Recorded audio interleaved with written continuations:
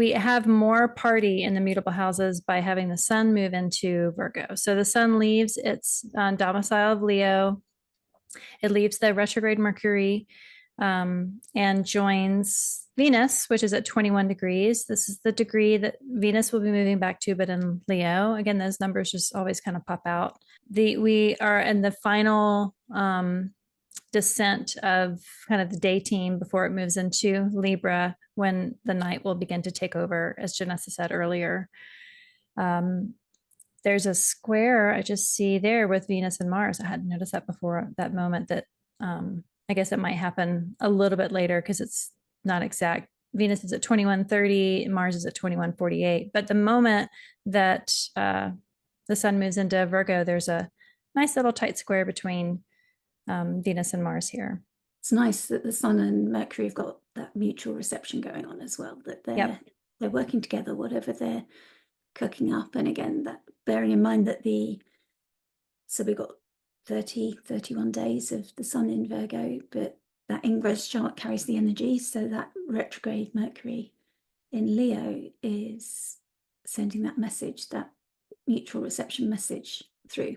Yeah. And that's always nice when there's mutual reception. That's saying that they're working together nicely. The sun's in Mercury's bound there.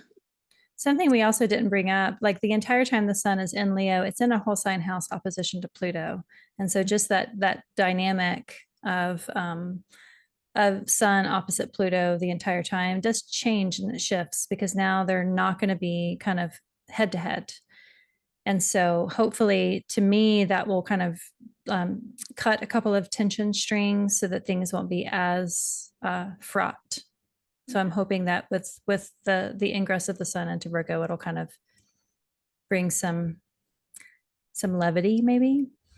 Because like this is the first time we've felt that in our generation, because we've not had Pluto in Aquarius. I don't think the sun reached there when Pluto was in Aquarius before. I think this is like the first time we've so that could well explain all this. Mm-hmm. What's going on? Yeah, last year the sun never got to an opposition because it moved when the sun was in late Gemini, I think. So it didn't even get into it never got into Leo, while last year's first ingress of Pluto into Aquarius. So we're currently experiencing something none of us have ever experienced before. And that is a big deal. So it's no wonder it's hitting people hard, and we're all discombobulated. Yeah. Because it's a lot to process, because a lot of these transits we've experienced many times in our lifetime. Mm-hmm.